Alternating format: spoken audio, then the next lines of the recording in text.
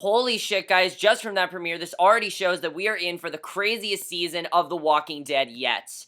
Hey guys, it's Kevin Esmer for the season premiere of The Walking Dead, Season 6, Episode 1, First Time Again. I was really looking forward to this episode. I really think last season was the big year that redeemed this show, especially the Alexandria storyline. I got really into it. By the way, I was actually just in Alexandria because I was in Washington, D.C., but you know, that's not important. I was definitely looking forward to the return of this show, and damn was this a great premiere. I mean, this premiere was insane. I mean, just from Talking Dead, Chris Hardwick said this is probably the biggest episode of The Walking Dead we've had. Yeah, it was. And this episode had to be 90 minutes, honestly. I know people complain when they do 90-minute premieres, but sorry guys, I'm getting my phone. But this episode just had to be 90 minutes. I don't really think they could have been able to do this episode as well as they did. They would have been able to do this episode as well as they did without it being 90 minutes. It just had to be a supersized episode. And you know what? It really paid off. This episode was incredible. And what I loved about this episode is that it had so much character development, but it had so much going on at the same time. And some of you might be complaining that we didn't see enough of the craziness. Well, that's because that is the season. That's what we're going to see this season, it seems. So let's just get into this episode. It was pretty crazy, and I really like the way this episode was done. All the flashbacks were in black and white, while the present was in color. Now, I know you might be confused on why they did that. I kind of took it as sometimes it's hard to differentiate what's a flashback and what's not, especially if the characters' looks haven't changed at all. So it's kind of like, oh, well, they were here in this scene, now they're here. So I thought that was cool they did that, so it's like, okay, this is a flashback and this is not. I thought that was definitely very well done. So we start right where the finale left off, where Rick shoots Pete and Morgan says Rick, and basically we then see that Rick is leading a group near a massive horde of walkers in a quarry. Already we get the huge conflict. There are all these walkers in a quarry, and he lays out the plan, and he gives them a very specific plan of what they're doing, and they hear a rumble in the distance. A truck starts to fall from the ledge. They start to realize how dangerous this really is, and it opens the containment of the walkers. Rick insists that they have to do this now, and they start taking action immediately. And what I love about the scene is that we don't really know how these walkers are here. We don't know what their plan is. All we know is that Rick has laid out what they need to do, and I love that. So Glenn tells Nick he has to do everything. He says he tells Nicholas that he has to do everything. He says if he's going to help, everyone takes their places, and Rick calls for flares. The walkers start towards the group. Rick tells Tobin to move the truck, and walkers fled out, and that's how the episode started. I thought that was an awesome, and an awesome way to start the episode.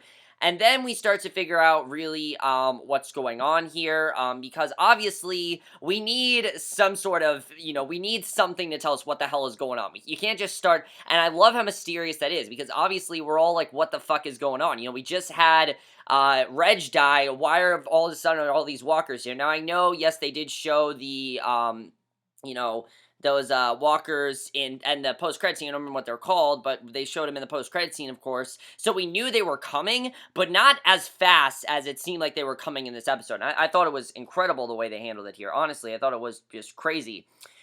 So basically we see Deanna's mourning her husband. Obviously Reg just died, and it's really sad. But then Gabriel approaches, and if you remember, Gabriel told her that you can't trust Rick and that Rick is going to do some terrible things, and she tells him straight out that he was wrong. And you can see right away nobody trusts Gabriel at this point. Nobody. And Gabriel's a very vulnerable character. I know a lot of us hate him. I kind of found him to be kind of vulnerable in this episode, because here's the thing with Gabriel. He's trying to do the right thing.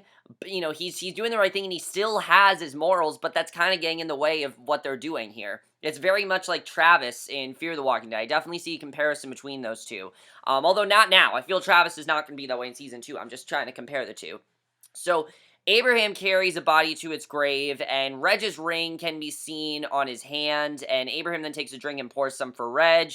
And Jesse and her kids mourn the loss of Pete, and obviously, even though she knew what Pete did, she's obviously upset, and Ron's leaving, and Rosita then cares for Tara. What I love about this premiere specifically is that it gave some time for the secondary characters to actually get some shining moments this episode. Rosita and Tara especially, they never have anything to do, and in this episode they actually had stuff to do, because we see that Tara's hurt, and Glenn helps Nick listen to the infirmary, and Maggie comes in and checks on Glenn, and Eugene is happy to see Tara's okay. She jokes about how grateful nothing happened to her, and she asks about Noah, but they're all reluctant to tell her about his demise, because again, Tara doesn't know that Noah's dead, and we don't know if they tell her, but she doesn't know that, so we have to keep that in mind. And I definitely feel it's going to be something that it's going to be a big conflict all season. So Carl sits with Enid, of course, that girl that he likes, and she's playing with a lighter, which that's not weird at all. She takes his hand, and basically, the map Morgan was carrying sits on a table as Daryl and Morgan eat, and Morgan tells Rick that he was right, it wasn't over, and Rick wants to talk more tomorrow, and he tells Morgan that he doesn't take chances anymore, and Morgan agrees about that. And what I love about Morgan is that Morgan can tell that Rick has changed, but there's really nothing he can do about it because he sees the situation that they're in. He knows what's going on, and that's something I definitely really liked about this episode. So Abraham sits by the grave, admiring Reg's wedding ring. He's drunk, and Sasha walks by and looks at him, and then we go back to the present, and a walker is stumbling up the street. Abraham hangs out a window, shooting it down, and Rick tells everyone they know where to rendezvous over a walkie-talkie, and Glenn has to get ahead of the walkers at the tractor place. They're then split into groups, and Daryl slowly rides his bike down the street. Of course, they're always split into groups, and then we see a flashback, and that was a pretty cool transition, the way we saw Daryl on his bike, and then we see in the flashback that Daryl's working on his bike. And they're talking about the people with the W's on their heads. That's what they were, the W walkers. That's, you know, the W's. And Daryl, Aaron, and Morgan encountered. You know, basically, you know, they're talking about the W's that Daryl, Aaron, and Morgan encountered. And Rick doesn't want to look for people anymore, but Daryl thinks that they should. And I understand where Daryl's coming from, but the group is just too big at this point. I agree with Rick. The group is too big, and I like how they're acknowledging that. It's something that people have complained about for a few seasons. You know, the group is too big. We need to get rid of people. They're understanding that. That's the whole point, is that they're taking in too many people, and that they've tried to save so many people that they can't save people anymore. And I think Rick is just saying that, you know, I don't think it's that Rick doesn't want to, you know, spare people. I think it's simply that Rick just doesn't know what to do. You know, they have so many people. How can they get all of them? It's just, it's incredible the way that's handled, and I think that definitely is very interesting. So, and that's something I definitely really loved in this episode, I have to say, is just seeing the, you know, how this situation is going. So now Abraham and Sasha race down the street. Abraham tries to keep her cool, tries to keep Sasha cool. She obviously is very tense, but she tells him not to be worried, as doing something as big as this, that's living, and, you know, we've kind of been wondering why Sasha has been doing these things, and I like her line there, you know, talking about how this is living, and this is what she wants to do, and Daryl is being, brings a parade to them instead of the walkie-talkie, which I thought that was pretty funny. And then we see a flashback, and I really love this scene between Morgan and Rick, because we knew we were going to get a scene between Morgan and Rick where they catch up, and we really do get that here. So Morgan trains with his stick as Rick walks in. He asks where Morgan learned that. He tells him it's from a friend, and Rick apologizes for having to keep Morgan isolated, because obviously Morgan's kind of an outsider right now, and he doesn't really know his place at the moment, and Morgan understands, and Eugene stands by the grave, and Heath pulls up, and his team has been on the run for the last couple of weeks, and Heath wants to we meet this new character of Heath in this episode, who I thought he fit right in there. He didn't feel like he was out of place. He fit right in, and I get that they're trying to replace Noah with this guy, but I like him. You know, he kind of has a comedic edge, and kind of this, I don't know what it is about him, but there's something about him that Noah didn't have. And Heath wants to get inside, but Eugene insists he doesn't have permission, ultimately allowing Heath and his driver inside anyway, just because he can't say no, obviously. I think Eugene just doesn't feel right with saying no, you know, just common courtesy there. And Scott and Annie introduce themselves to Eugene, and Eugene says there's 13 in his group. I mean, just 13 in his group alone. That's incredible, and that's let alone too much. And he corrects himself and says 12, and Heath closed the gate and asked if anything big happened while they were gone. And of course he says 12 because he knows that, I think it was either Reg or Noah that was in his group, but of course one of them died. I don't remember who was in his group, but Eugene suggests he hears it from Deanna, and Eugene compliments Heath's hair, and Morgan and Rick walk down the street, and Morgan is learning about the communion who put up the wall, because obviously he wants to know where they are in the situation that they're in. And Father Gabriel and Tobin are digging graves, and Rick insists that they will not bury inside these walls, and Tobin disagrees, but Deanna comes in to tell him that Rick is right. And at this point, Deanna's just agreeing with Rick because he's doing the right thing. And he did, you know, he was right about Pete. And she wasn't sure if he was right about Pete, but he was right about Pete. So obviously, she's going to listen to him. And she wants Pete's body taken out west. And Ron, Pete's son, looks on. And you can see that Ron is upset. Ron, obviously, he's in a very vulnerable position at this point because this was his father and he really did love him. But I think Ron does understand that his father did some wrong things, and that's why he had to go. He basically had no choice.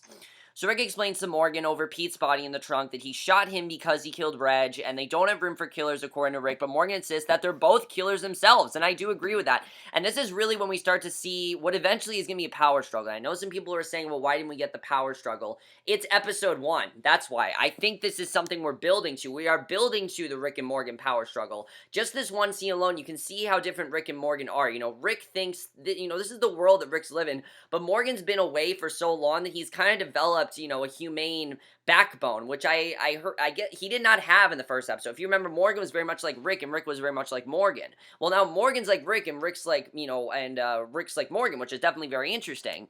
And, I really like seeing, of that, definitely. And, I thought that was definitely very well done. And basically, basically that's true, that they basically are killers, but there's a reason why. If you could say that everyone's a killer pretty much. They're not killers, they're survivors, and Morgan doesn't understand that yet, and I definitely like seeing the difference between Rick and Morgan. That's something that's going to be very interesting all season. And Rick then asks Glenn, we go back to the present, and Rick is asking Glenn, where is Overwalkie? And Rick, Morgan, and Michonne stand by a makeshift wall, and Rick is confident and will stand, and Morgan asks Michonne if she took his protein bars, and I thought that was a pretty funny scene. He could have sworn there was one peanut butter left, and it's kind of a funny scene, but I like how Morgan is trying to find some humor into this because he knows how dangerous the situation is, and he's trying to find some humor there. But then we see Ron walks outside the walls and sees Rick and Morgan transporting Pete's body, and Rick just wants to leave Pete's body there, but Morgan says that that's not who he is, and he knows that, and Rick tells Morgan that he doesn't, and it's kind of like Morgan is Rick's conscience. Even though he's a physical being, he is kind of Rick's conscience, and I like seeing that here, but Morgan starts digging anyway, and Rick hears something in the distance and tells Morgan to stop. They follow the noise and find the quarry full of walkers, and then Ron running, and Rick tackles Ron, saves him from running off a cliff, and Morgan and Rick dispatch of a few walkers, and then we see that Daryl is slowly leading an enormous pack of walkers down the street, and basically Rick, Morgan, and Daryl look at the walkers, and Rick asks Ron what he's doing out there, and Ron tells Rick he wanted to know where his dad was buried, and of course he wasn't buried, and Rick concludes that this quarry is how Alexandria is still standing, and most of the walkers in the area must wind up here, and Ron starts to walk away, and Rick tells him he shouldn't be out there, but Ron says he doesn't care what Rick thinks, and Rick tells him if he continues to come out there, he's gonna die and turn into a walker, which is true. But again, Ron is very much like Alexandria. They're still trying to figure things out, some of them are starting to get it, like Deanna and Jesse. You can definitely tell that those are starting to get it, but Ron, this is a kid. This is not some, adult. This is a kid that he's talking to, and this is a kid that doesn't fully understand the situation, and I like seeing that. So the three walk through the woods, and Rick looks to Pete's body and decides to bury him because, everyone's telling him to, and he knows that he's gonna get shit for it anyway, and even though he really doesn't feel right with doing it, he knows people are going to tell him to, so he figures, I guess he's just figured that he might as well, why not? He decides to do it, and that's what happens there. So Rick sits at the top of the RV and tells Glenn he has to hurry, and Nicholas, Glenn, and Heath are trying to empty the store that they're at, which is full of walkers, taking them out a few at a time, and Nick will let one or two out of the door at a time, and Heath questions that this was supposed to be a dress rehearsal, to which Glenn responds that he's supposed to be delivering pizzas, which is true. That is what Glenn's supposed to be doing. He was a pizza guy, and, he's talking about how, they can't go back to their old lives. I really like that scene because they don't talk about their old lives a lot. It's something that doesn't really get talked about because that's not who they are anymore. And I liked how Glenn says that I'm supposed to be pizza delivery because it's true. This is who Glenn originally was. He was just some pizza guy, and Heath was just some performer, and now they're not those people anymore. Now they're just living. That's what they are at this point. They're just living beings who are surviving while a lot of the population is pretty much dead. So they open the door, find a metal door pulled down, and basically we see that the community in flashback is gathered in a house, and Heath describes to Corey his last team died there. DC, every town was scavenging in the other direction, he says, and Rick believes that they have to kill the walkers because once the containment breaks, the walkers will be sent to them, and Carol says that it's terrifying but agrees there's no other way. And then we get the character of Carter, the character of Carter I thought was definitely very interesting. He speaks up and suggests forfeiting the containment. He lays out the plan, and he doesn't agree with Rick one bit, Carter, and Daryl will lead them anyway, and Sasha and Abraham volunteer to help him, and that's basically why we get to see here, we're definitely starting to get some pieces put together, why these groups went out on their own, and why specifically these groups, because they chose to, and Rick wants Rosita, Spencer, and Holly on watch from now on, so they're out, and he asks for more volunteers, and Michonne signs up first, and Glenn talks Maggie into staying back with Deanna, and Father Gabriel offers to help, but Rick shuts him down, and Carter questions Rick, and that one scene with Glenn and Maggie I thought was really good, because it shows how much Glenn cares about Maggie, of course, and Carter questions Rick and whether or not they should follow after he waved a gun around the street and shot a man in the face, and I understand what Carter's saying, but he had to kill him. He had to, and I understand there are people that doesn't sit right with them, but Carter just needs to understand that this is a world where you have to do some immoral things. That's just how it is, and Deanna quiets him down. Heath and Annie join, and Nicholas is next to Glenn's dismay, and Rick is confident that the plan is gonna work. And then we see that in the present, orange balloons float from the RV. Daryl and Sasha finish leading the horde to the wall, and Rick, Morgan, and Michonne fire flares. And then we get back to a flashback, and Rick lays out the plan on a map, and Carter questions what happens when they get through, and Eugene offers to use the plates from the construction site to fortify the wall, and Rick insists Carter help him fortify the wall. Morgan and Deanna help convince him, and you can just see how much Carter doesn't agree with Rick, and I like seeing that.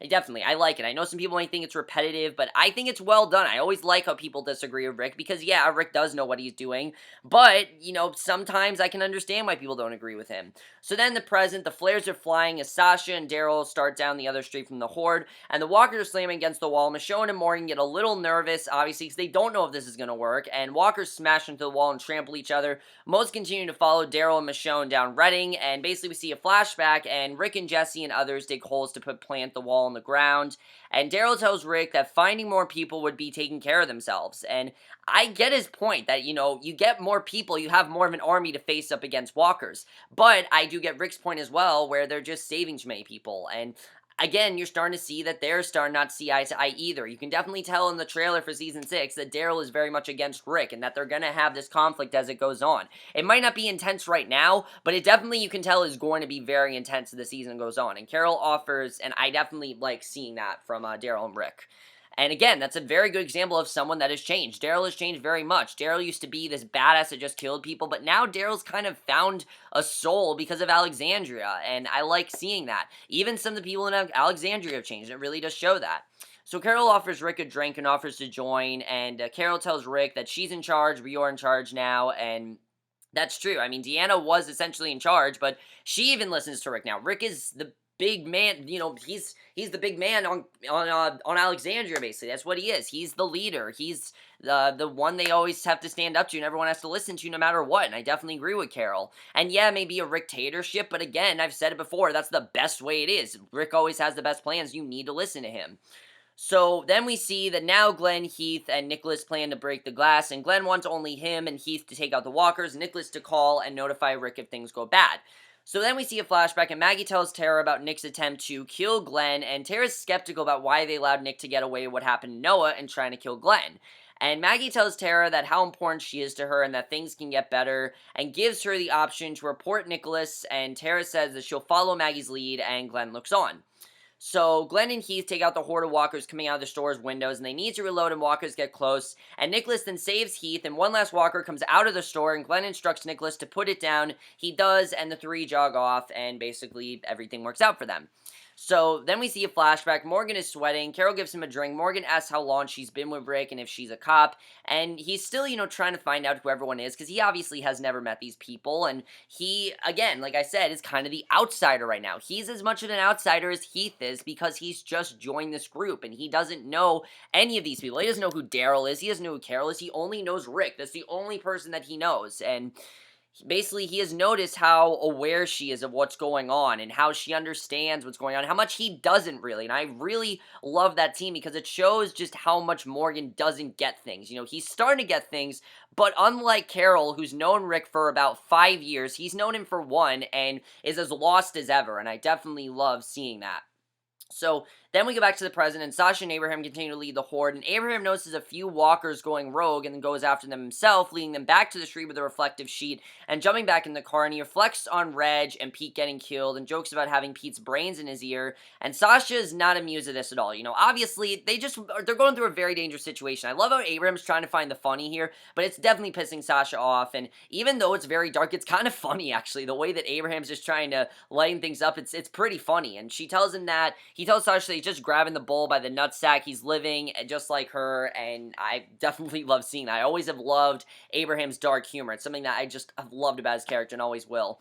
So we see a flashback, and we get a great scene between Rick and Deanna, because Rick apologized to Deanna for what happened to Reg, and he reassures her she made the right decision by following this plan. He goes on to insist people need to be armed inside the walls, and he notices some walkers coming out of the woods, and he wants Carter to take them out, but Carter needs help, and obviously Carter doesn't seem to be listening to Rick at all, and Morgan, Michonne, Rick, and Daryl rush to the aid, and basically Morgan realizes that, yeah, he said he doesn't take chances anymore. He was serious about that. And Carter then debates Rick's plan with Spencer and others, and Eugene overhears it. He wants to kill Rick, and obviously that's not going to happen. If you want to kill Rick, you're probably going to die. And who else wanted to kill Rick? Pete wanted to kill Rick. That's who wanted to kill Rick. And obviously, I don't think Carter is as bad as Pete. He's not beating Jesse like Pete was, but he wants to kill Rick, and Eugene drops a jar on the ground, and Carter approaches him, and Eugene is terrified. I think when Rick said, we fear killers, I think he meant kill him. They're not going to they can't have, when he said we don't want killers, he means someone to kill one of the group. That's really what he means. When Morgan's perspective on killing is just killing a walker. That's kind of what Morgan's thinking, and I think that definitely is very fascinating the way we see that.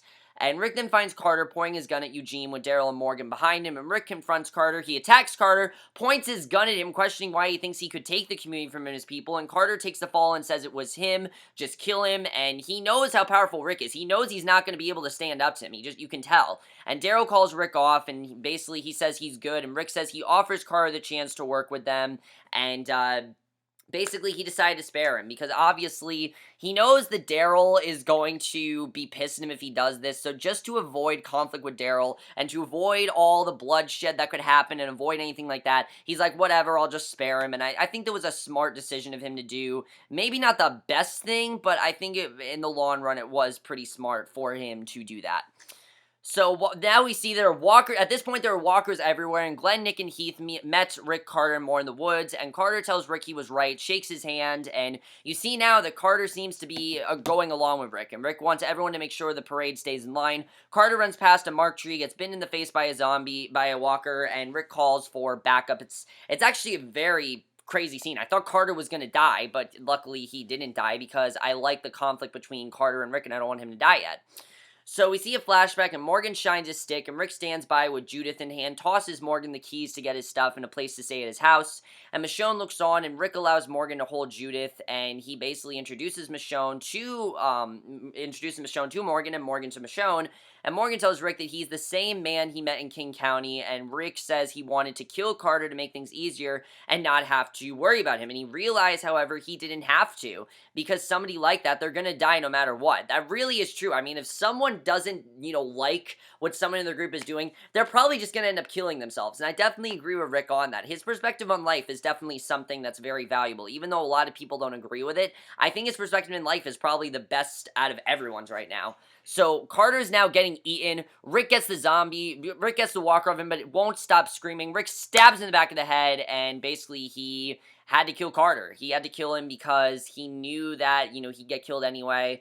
It was sad, but Carter didn't agree with Rick, and it makes sense. And I know people may have thought that was rushed, but again, this is a flashback, and this is the present. So you have to think there's been some time that's passed here. And Morgan and Michonne then look on, and Tobin asks what happened over the walkie-talkie, and Rick tells him, and Rick then sends Morgan back to tell everyone what happened, and Morgan is uneasy about what happened to Carter. This is the first person that Morgan has seen gotten killed in a very long time, and obviously he's very uneasy about it, and it's just crazy for him.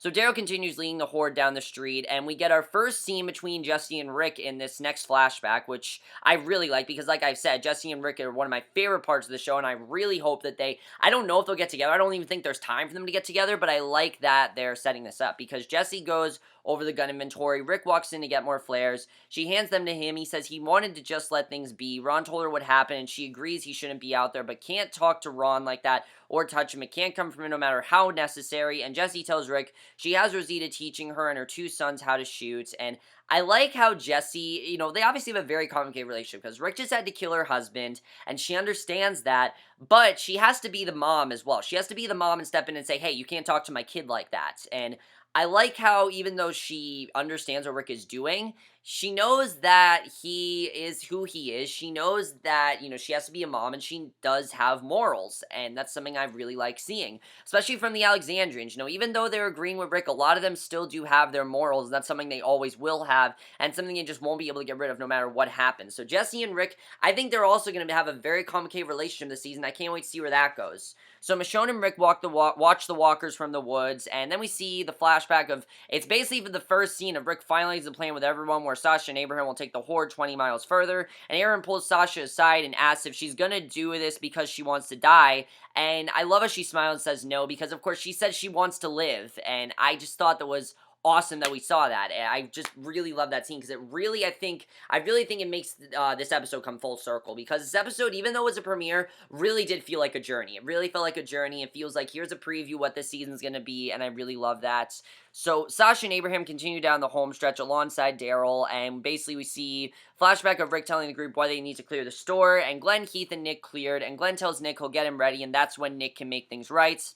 And then we see Glenn, Nicholas, Heath, and Scott continue through the woods, and then we see a flashback of Rick preparing the group with a final speech, the speech that we saw, and then basically, the final scene we get in this episode is that the walkers flock down the path as a group follows beside them, and suddenly a horn sounds, and the group panics as walkers begin to quickly stray from the road, and they know that they're coming their way. Michonne and Rick realize the horn must be coming from Alexandria, and walkers stumble past, and Alexandria signs the woods, and basically, this is only just beginning. We're going to continue this next week. There are going to be walkers next week, and I'm pretty sure they're going to be there all season. That's how crazy this season's going to be, and that's how this episode ends, and holy shit, what an amazing premiere this was. I mean, seriously, guys, as much as I love Fear the Walking Dead, this was what I want from this show. I want an amazing episode like this all the time, and I really feel the way this episode went, I feel this has potential to be the best season of Walking Dead. I mean, just the way all these characters are, especially Morgan, I really feel there's going to be a power struggle eventually between Rick and Morgan. Not yet, but it definitely is coming. You can see how Morgan feels about Rick killing these people. He's not happy about it. He doesn't feel like this is a good thing that Rick is doing. He doesn't understand why he has to kill people. He just hasn't seen it before. It's not his way of doing things, and he has a very way of handling things, and that definitely is going to be a problem for him. I don't think Morgan's going to die, but he definitely is going to have a conflict with Rick, and I think he's definitely going to have, that question of, do I, even though he very much respects Rick, and he really sees him as his best friend, and he probably is the only person that he does get because everyone else he's just met, and he's the only person that doesn't make him feel like an outsider, I think he definitely will disagree with Rick, and there definitely is going to be a huge power struggle between them, and I can't wait to see how that goes. That definitely is going to be very interesting, as well as Rick and Daryl. I think Daryl and Rick are going to have a lot of differences as well, and I can't wait to see what happens with that. Now the walkers. It does look like there are going to be some deaths next week. I could definitely see it happening. I think throughout the season we're going to see some deaths. I mean, this season seems like it's going to be the craziest yet. I mean, there are walkers everywhere at this point. It's going to go airborne. I mean, it's going to be insane to see what happens there. I can't wait to see what happens with that. Heath is a character. I really like Heath so far. We'll have to see what happens with Heath. I like where he's going. I hope we get more of Abraham and Sasha. That's a dynamic we haven't seen yet. Something I like about this episode in general is that we got so many groups that we haven't seen. We've never seen much interaction between Sasha and Abraham. We really did see it in this episode, and I thought that was much needed. I really like seeing that, and I think that definitely is very well done. Also, we're seeing that Alexandria, even though they, some of them are starting to step up, some of them aren't. Like Jessie, she never really did anything. It does look like next week she's going to be a badass and do some really cool stuff, as well as some of the other characters. But Jessie in general, I think just some of the Alexandrians, they understand what Rick is saying. They know they have to listen to him. But at the same time, I think some of them, they just don't sit right with doing some of the things that the other ones do feel right with doing. That's something I think is definitely very fascinating about just the show in general. It's just the difference of characters. I know it might annoy some people, but you just kind of have to put yourself in that position and think, would you really feel right with killing someone? That really is what I think you have to do with this show, and that's something that I always do, and that really is what makes the show so great for me, honestly. And I really feel, like I said, this has potential to be the greatest season, the best season of Walking Dead we've seen. And we know there's only 6 seasons left, because this show's going, 5 seasons left, because the show's going for 10 seasons. And, Abraham Lincoln, and, yeah, what's his name? Andrew Lincoln, Abraham Lincoln, I don't know why I said that.